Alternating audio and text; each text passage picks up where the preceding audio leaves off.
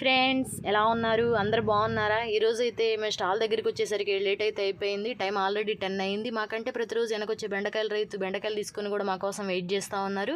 ఈ బెండకాయలు అయితే సూపర్ క్వాలిటీ ఉన్నాయి, చాలా గ్రీనిష్గా ఉన్నాయి. వీటి ధరకి చాలా తగ్గింది అనుకోవచ్చు, కేజీ 15 రూపాయలు. నెక్స్ట్ ఈ టమాటాలు మొన్నటిదాకా అయితే చాలా గిరాకీగా ఉన్నాయండి. ఒక బాక్స్ వచ్చి 1400-1500 దాకా వెళ్ళి ఇప్పుడైతే కేవలం 600 రూపాయలు, చాలా ధర తగ్గింది అనుకోవచ్చు. మనం తెచ్చే పచ్చిమిరకాయలు అయితే చాలా క్వాలిటీగా ఉంటాయి. అయితే కేజీ 20 రూపాయలు, 20 రూపాయలు.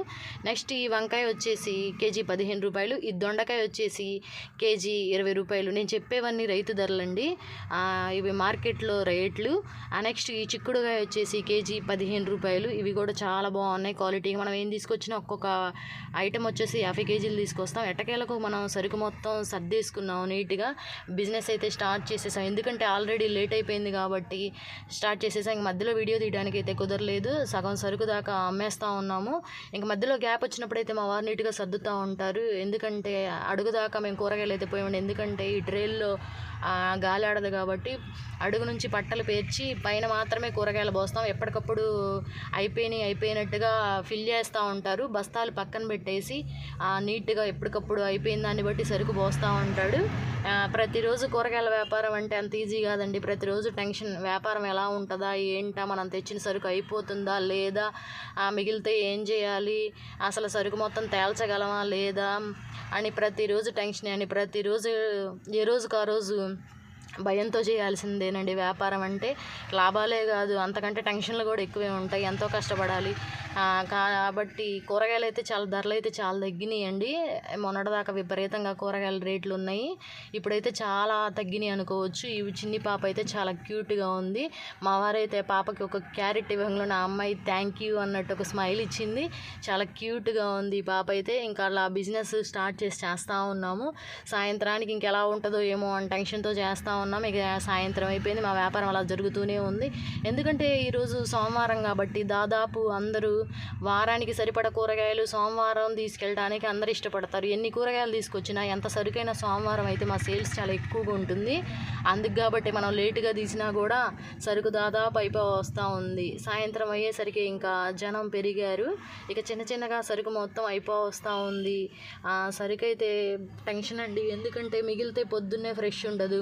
మన దగ్గర ఇష్టపడేదే ఫ్రెష్గా లేకపోతే తెల్లారి అమ్మడానికి ఇవి నిన్నటివి కదా, అంత క్వాలిటీ లేదు కదా, బాగాలేవు కదా అంటారు.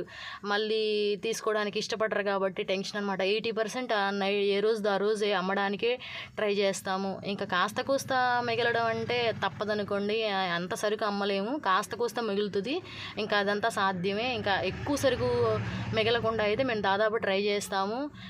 వ్యాపారం అనేది ఎవరి ఇష్టం వాళ్ళది. ఎంత మార్జిన్ లాభం అనేది ఎంత సరుకు తీసుకొచ్చినా మనం అమ్మే మార్జిన్ని బట్టి ఉండిద్దండి. కొంతమంది 10 రూపాయల మార్జిన్ చూసుకుంటారు, కొంతమంది 20 రూపాయల మార్జిన్ చూసుకుంటారు. మనం మార్జిన్ చూసుకునే దాన్ని బట్టి మనకి మిగలడం ఎంత మిగులుతుంది అనేది ఉండిద్ది. ఎంత సరుకు తీసుకొచ్చినా మనం అమ్మేదాన్ని బట్టి కదండి ఉండేది. మేమైతే అంత భారీ మార్జిన్ అయితే ఏం చూసుకోము, సేల్స్ అయితే ఎక్కువ చేస్తాము. తక్కువ మిగిలిన ఓకే, సరుకు మొత్తం ఎంతకు తీసుకొచ్చామో ఆ సరుకు అమౌంట్ తేల్చి ఎంత మిగిలినా హ్యాపీగా ఫీల్ అవుతామండి. మా వ్యాపారం అయితే మేము అలా చేస్తాము.